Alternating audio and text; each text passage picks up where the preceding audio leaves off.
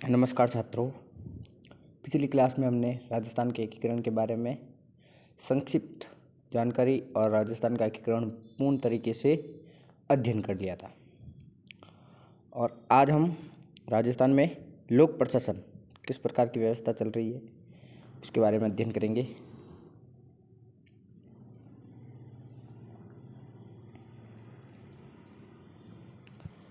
राजस्थान भारतीय गणराज्य का एक राज्य है जहाँ अन्य भारतीय राज्यों की तरह संसदीय शासन प्रणाली की व्यवस्था है। संपूर्ण राजस्थान संवैधानिक व्यवस्था है के अंतर्गत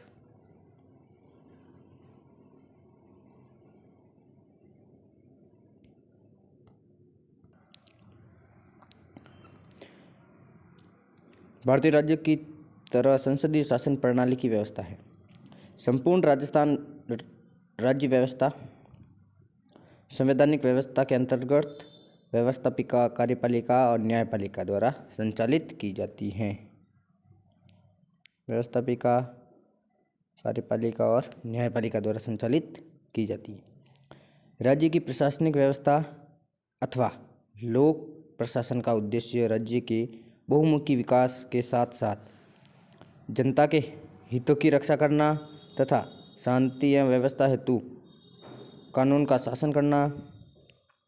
राजस्थान के लोक प्रशासन के अध्ययन से पूर्व राजस्थान के एकीकरण की थोड़ी सी प्रक्रिया हम समझेंगे। राजस्थान का एकीकरण। स्वतंत्रता से पूर्व राजस्थान विभिन्न छोटी छोटी रियासतों में बटा हुआ था तथा इस राज्य का कोई संगठित स्वरूप नहीं था। यह 19 रियासतों, 2 चीफशिप एवं एक ब्रिटिश शासित प्रदेश में विभक्त था। इसमें सबसे बड़ी रियासत जोधपुर थी तथा सबसे छोटी रियासत या चीफशिप थी लावा।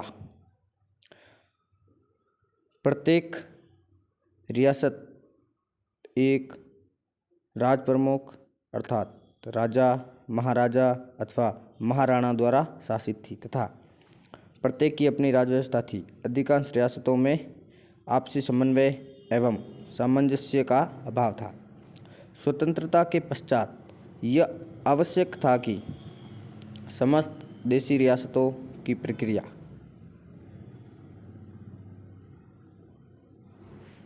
समस्त भारतीय एकीकरण का हिस्सा थी। इस कार्य को संपन्न करने में सरदार वल्लभ भाई पटेल ने अहम भूमिका निभाई। सरदार वल्लभ भाई पटेल ने अहम भूमिका निभाई राजस्थान के एकीकरण में। और राजस्थान का एकीकरण एक चरणबद्ध रूप में किया गया। राजस्थान के एकीकरण की प्रक्रिया। राजस्थान के एकीकरण की प्रक्रिया 17 मार्च 1948 ईस्वी को प्रारंभ हुई और 1 नवंबर 1956 को समाप्त या पूर्ण हुई। एकीकरण की संपूर्ण प्रक्रिया 7 चरणों में संपन्न हुई, जिसका संक्षिप्त विवरण इस प्रकार है। प्रथम चरण मत्स्य संघ का निर्माण 17 मार्च 1948 को 4 रियासतें अलवर, भरतपुर, धौलपुर, करौली को मिलाकर एक संघ का निर्माण किया गया, जिसका नाम मत्स्य संघ रखा गया। इस संघ का नामकरण के.एम. मुंशी द्वारा सुझाया गया था। के.एम. मुंशी द्वारा। मत्स्य संघ का राज प्रमुख धौलपुर के महाराजा को बनाया गया। राज्य में एकीकरण की दिशा में यह पहला कदम। द्वितीय चरण था संयुक्त राजस्थान का गठन। राजस्थान के एकीकरण के द्वितीय चरण को 25 मार्च 1948 को 9 रियासतें बांसवाड़ा, बूंदी, डूंगरपुर, झालावाड़, कोटा, किशनगढ़, प्रतापगढ़, शाहपुरा और टोंक को मिलाकर संयुक्त राजस्थान का निर्माण किया गया। और बांसवाड़ा के एक ठिकाने को भी सम्मिलित किया गया और कोटा को इसकी राजधानी बनाया गया। ये दूसरा चरण समाप्त हुआ। तृतीय चरण संयुक्त राजस्थान 18 अप्रैल 1948 को उदयपुर रियासत को पूर्व राजस्थान में सम्मिलित कर लिया गया। इसे संयुक्त राजस्थान का नाम दिया गया। इस नए राज्य का नया विधान बनाया गया जिसे उदयपुर को राजधानी तथा उदयपुर के महाराजा को राजप्रमुख बनाया गया। चतुर्थ चरण वहद राजस्थान।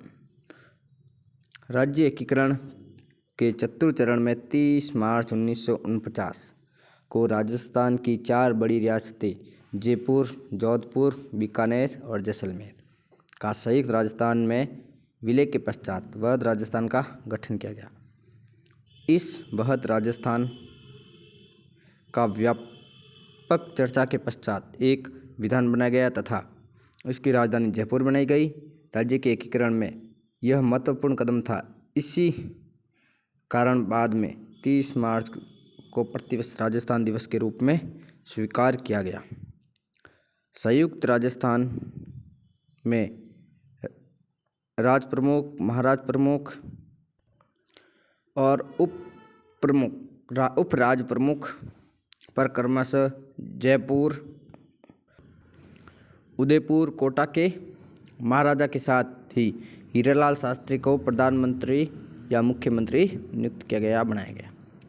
पंचम चरण संयुक्त वहद राजस्थान। 15 मई 1949 को वहद राजस्थान और मत्स्य संघ का विलय संपन्न हुआ और उन्हें मिलाकर संयुक्त वहद राजस्थान का निर्माण किया गया। मत्स्य संघ के विलय से पूर्व इस क्षेत्र की जनता का जनमत जानने के लिए शंकर देव समिति का गठन किया गया। शंकर देव राय, पूरा नाम है शंकर देव राय समिति का गठन किया गया तथा इसकी सिफारिश पर ही विलय किया गया। छठा चरण है राजस्थान का निर्माण। 26 जनवरी 1950 को यहाँ की अकेली बची हुई रियासत सिरोही को संयुक्त वहद राजस्थान में सम्मिलित कर लिया गया। इसी समय भारत एक संप्रभुत्व संपन्न लोकतांत्रिक गणराज्य घोषित किया गया। राज्य को राजस्थान के नाम से उल्लेखित किया गया। सप्तम चरण वर्तमान राजस्थान का निर्माण किस प्रकार हुआ। राज्य एकीकरण के अंतिम चरण में 1 नवंबर 1956 को राज्य पुनर्गठन आयोग अधिनियम 1956 लागू हुआ। इसके अंतर्गत कोटा जिले का सिरोजबाग मध्य भारत यानी मध्य प्रदेश को दिया गया तथा अजमेर, मेरवाड़ा, आबू तहसील एवं मध्य भारत राज्य के मंदसौर जिले की भानपुर तहसील का सुनेल टप्पा वाला भाग राजस्थान में मिला दिया गया। इस प्रकार वर्तमान राजस्थान अस्तित्व में आया। जयपुर को राजस्थान की राजधानी बना लिया गया।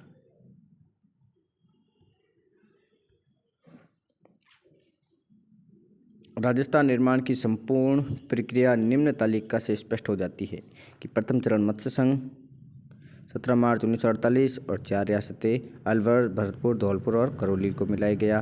प्रथम चरण समाप्त। द्वितीय चरण संयुक्त राजस्थान के नाम से जाना जाता है। 25 मार्च 1948 को 9 रियासतें मिलाई गई। बांसवाड़ा, बूंदी, डूंगरपुर, झालावाड़, किशनगढ़, कोटा, प्रतापगढ़, शाहपुरा और टोंक। तृतीय चरण संयुक्त राजस्थान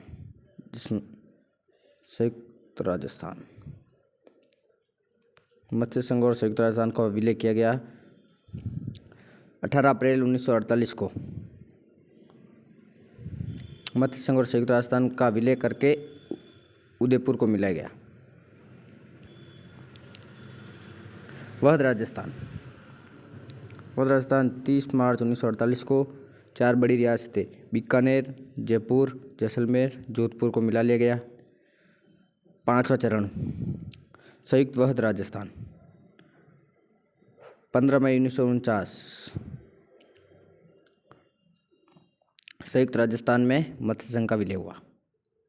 संयुक्त राजस्थान में मत्स्य संघ का विलय हुआ। छठा चरण राजस्थान 26 जनवरी 1950। उपयुक्त सभी रियासतों के साथ सिरोही और आबूरोड को छोड़कर सिरोही सिरोही के आबू रोड को छोड़कर पूरा सिरोही में सम्मिलित कर लिया गया। सातवां चरण 1 नवंबर 1956 को संपूर्ण राजस्थान, जिसमें अजमेर, मेरवाड़ा, आबू रोड, सुनेल टप्पा, जो मध्य प्रदेश का, राजस्थान में मिला लिया गया। ये राजस्थान का एकीकरण समाप्त हुआ। ये राजस्थान का एकीकरण हमने पिछली क्लास में भी पढ़ लिया था और आज फिर एक बार रिपीट कर लिया है। अब हम पढ़ेंगे राज्य की विधायिका, कि राजस्थान में विधायिका किस प्रकार कार्य कर रही है।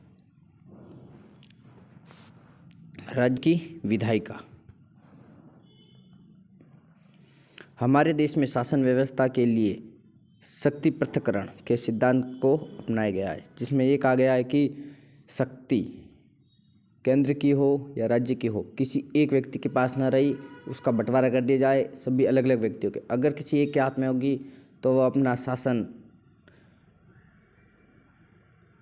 इस प्रकार स्थापित करेगा कि उस व्यक्ति की ही पहचान बढ़े और वो अपना दबदबा बनाए रखना कायम रखेगा।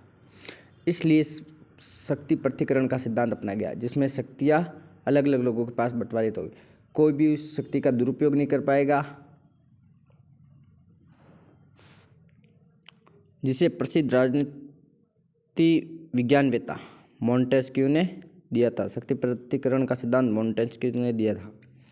यह सिद्धांत बताता है कि कानून निर्माण की शक्ति विधायिका, उसको लागू करने की शक्ति कार्यपालिका तथा कानून व्यवस्था एवं न्याय निर्णय की शक्ति यानी न्यायपालिका अलग अलग निहित होनी चाहिए।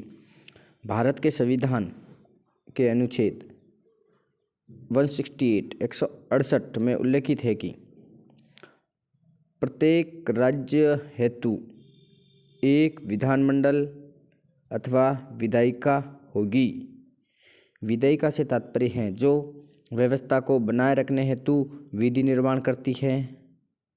इसे व्यवस्थापिका अथवा राज्य विधानमंडल भी कहा जाता है।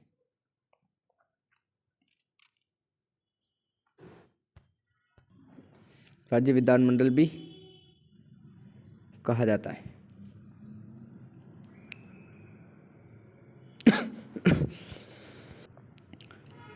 राजस्थान भारत का एक ऐसा राज्य है जहाँ एक संसदीय व्यवस्थापिका का प्रावधान है, जिसे विधानसभा कहते हैं। राज्य विधानसभा राज्य के लिए संविधान के अनुसार विधि निर्माण करती है। यानी राजस्थान में कानून निर्माण की प्रक्रिया विधानसभा द्वारा पूर्ण होती है, जिसके सदस्यों अर्थात विधायकों का चुनाव राज्य के मतदाता करते हैं। वर्तमान में राजस्थान की विधानसभा में कुल सीटें 200 हैं। योग्यता राज्य विधानसभा का सदस्य बनने हेतु कुछ सामान्य योग्यताएं निर्धारित की गई हैं, जो निम्नलिखित हैं। राजस्थान की विधानसभा का सदस्य बनने के लिए निम्न योग्यता है कि वह भारत का नागरिक होना चाहिए, उसकी न्यूनतम आयु 25 वर्ष पूरी कर चुका हो, संसद द्वारा विधि से निर्धारित अन्य योग्यताएं धारण करता हो, वह राज्य अथवा भारत के अधीन किसी भी लाभकारी पद के अधीन या वह धारण नहीं करता हो, वह समक्ष न्यायालय के द्वारा विकृत मानसिकता अथवा दिवालिया घोषित नहीं हो। ये उसकी योग्यता रखी गई राज्य विधायिका का। और इस विधायिका का कार्यकाल कितना रखा गया? विधायिका तथा इसके सदस्यों का कार्यकाल साधारणतः 5 वर्ष होता है, जो शपथ ग्रहण से माना जाता है। राज्य में संविधान के अनुच्छेद 352 के तहत आपातकाल लगा होने पर संसद द्वारा विधि पूर्वक विधानसभा एक बार में 1 वर्ष का कार्यकाल बढ़ाया जा सकता है। साथ ही राज्यसभा के प्रतिवेदन पर राष्ट्रपति संवैधानिक तंत्र के विफल होने पर समय से पूर्व विधानसभा भंग कर सकता है। राष्ट्रपति द्वारा विधानसभा भंग की जा सकती है तथा इसके साथ ही राष्ट्रपति शासन प्रभावी हो जाता है। गणपूर्ति व सत्र अगली क्लास में हम अध्ययन करेंगे। आज के लिए इतना ही। धन्यवाद आप सबका।